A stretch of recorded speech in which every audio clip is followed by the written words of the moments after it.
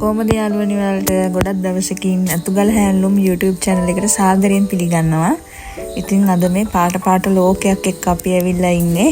මම අද කියලා දෙන්න හදන්නේ heels වැටි ගැන. heels වැටි කියන වචනේ සමහර පිරිසක් අහලා තියෙන්න පුළුවන්, සමහරු දැකලා තියෙන්න පුළුවන්, සමහරු දන්නේම නැති වෙන්නත් පුළුවන්. මේ පාට නූල් දාලා අපි බෙඩ් ෂීට් එකක් තමයි මේ වියන්න හදන්නේ. තේරුම් ගන්න ලේසි වෙන්නත් එක්ක අපි process එකේ පළවෙනි step එකේ ඉඳන්ම යන්න හදන්නේ. මේ තියෙන්නේ අලුත්ම heels වැටියක්. ඉතින් අපි නූල් අදින්න කලින් මේ ඔතලා තියෙන heels වැටිය පොළොවට දාලා දිග අරගන්න ඕන. දිග අරගෙන තමයි අපිට පහසු විදිහට මේ නූල් අදින්න set කරගන්නේ.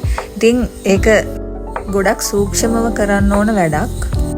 මේ තියෙන්නේ අලුත්ම heels වැටියක් පොළොවට දාගෙන දිග අරගන්න විදිය. අර ඉස්සෙල්ලා පෙන්නපු නූල අතරට පොළු දෙක දාලා හිමින් සැරේ දෙපැත්තේ තියෙන නූල් දෙකෙන් ඇදලා ගැට ගහන්න ඕන. එක නූලක් හරි මෙහාට පැන්නොත් එහෙම ඒකේ තියෙන ඇස් ගැලවිලා එක පැත්තකට වෙනවා. කියන්නේ අපි කියන එක ලීස් දානවා කියලා.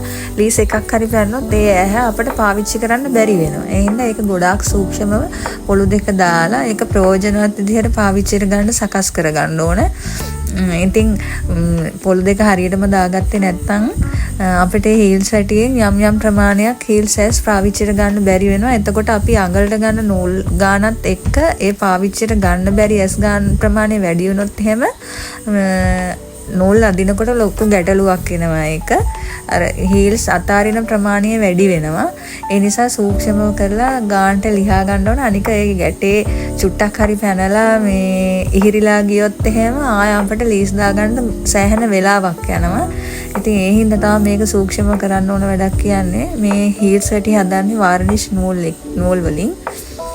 උදාහරණම පිරිස බලනවා ඇති මොනවද මේ heels වැටි කියන්නේ කියලා. heels වැටියකින් තමයි අපි දාන වෝප් එකේ නූල් ඇදගන්නේ. heels වැටියේ heels ඇස් අතරින් අරගෙන රීඩ් එකෙන් ඇදලා තමයි වියන්න ගන්නෙ. heels වැටි වලින් කරන්නේ අපි බඳින පාපොළු වලින් ඉස්සෙන පහත් වෙන එක. ඒ කියන්නේ මෝස්තරයකට අදිනවා නම් ඒ අතරින් අපිට නූල් ඇදීම මෝස්තරයකට අද ගන්න පුළුවන්. වැටි 1ක් 2ක් 3ක් 4ක් පාවිච්චි කරන්න පුළුවන්. අපි heels ගේන්නේ heels set එකක් විදිහට. heels set එකට මේ වගේ වැටි 4ක් අයිති වෙනවා. වැටි 4ක් heels set එකක් කියලා තමයි අපි නම් කරන්නේ. heels වැටි නම් කරන විදිහක් තියෙනවා. ඒ කියන්නේ 120 80 100 60 ආදී වශයෙන් නම් කිරීමක් කරනවා. 120 80 60 කියලා කියන්නේ අපි අඟලට දාන නූල් ප්‍රමාණෙත් එක්ක එන අංකයක්. ඒත් එක්ක 120 60 120 36 ඒ විදිහට මැෂින් එකේ පළල අනුව heels වැටි නම් කරනවා. 60 36 කියලා කියන්නේ මැෂින් එකේ පළල. ඉතින් මම බෙඩ් ෂීට් එක වියන්න ගත්තේ අඟලට 48ක් නූල් දාලා. ඉතින් මේක 120 වැටියක් තමයි මම ගත්තේ. 120 60 මම වැටි දෙකක් පාවිච්චි කරලා තමයි බෙඩ් ෂීට් එකට නූල් අදින්නේ. එතකොට මට ගැලපෙන්නේ 120 60 කියන heels වැටිය. කර්මාන්තේ එදිලා ඉන්න කෙනෙක්ට ඇරුණකොට චුට්ටක් මේක අපහැදිලි වෙන්න පුළුවන් වෙන කෙනෙක්ට. ඉතින් හොයන කෙනෙක්ට මේ දේ කරන්නේ කොහොමද කියලා හොයන කෙනෙක්ට දැනගන්න තමයි මම මේක සටහනක් විදිහට තිබ්බේ. මේ තියෙන රීඩ් එක අපි පාවිච්චි කරපු රීඩ් එක 48 60. මේකෙන් තමයි අවසානෙට නූල් ටික ඇදලා අපි ගන්නෙ. මේකට සිංහලෙන් අපි කියනවා පනාව කියලා. මේකෙන් තමයි ලස්සනට නූල් ටික පීරලා විවීමේ පහසුව අපිට සකසා දෙන්නේ. ඉතින් ඒකත් සූදානම් කරලා නූල් ටික ඇදලා ඉවර කරන්න.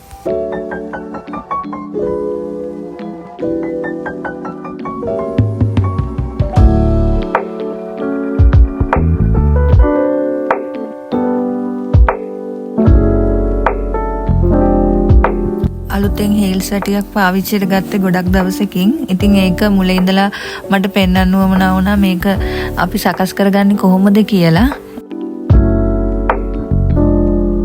ඉතින් මේ වගේ විශේෂ වැඩක් කළොත් මම ආයෙත් ඔයාලට ඒ දේ පෙන්නන්නම් කොහොමද කළේ කියලා. ඉතින් මේ තියෙන්නේ ඇදගත්ත නූල් ටිකෙන් අපි වැඩේ පටන් ගත්තා. ලස්සන බෙඩ් ෂීට් විව්වා. පාට දෙකකින් වියපු ෂීට් එකක් තමයි මේ පේන්න තියෙන්නේ. ඉතින් අපිත් එක්ක එකතු වෙලා ඉන්න යාළුවනේ අතුගල හැන්ලූම් YouTube channel එක subscribe කරන්න. අතුගල හැන්ලූම් page එකත් follow කරලා තියාගන්න. එහෙනම් ගිහින් එන්න සුබ දවසක්.